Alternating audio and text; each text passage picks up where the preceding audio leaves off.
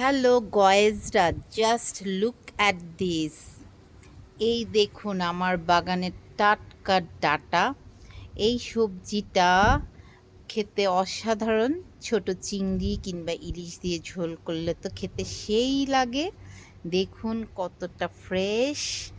আর এই যে এই টবে হচ্ছে তিনটা, আরও আছে এই ডাটাগুলো।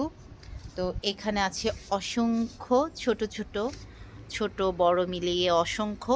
এখান থেকে আবার আমি তুলে কিছু এখানে লাগিয়েছি। তো এগুলো আস্তে আস্তে বড় হচ্ছে। আর এই তো এই গাছটায় ফুল চলে এসেছে। আরও আছে এখানে আরও দুইটা বড় বড় সাইজের, এগুলোতেও ফুল চলে আসছে। তো আমি চিংড়ি আর ইলিশ দিয়ে ঝোল করব। আর এই তো আমার বাগানটা সবুজে ঘেরা, মাশাল্লাহ মাশাল্লাহ। তো এবার তেমন একটা সবজি টবজি করিনি,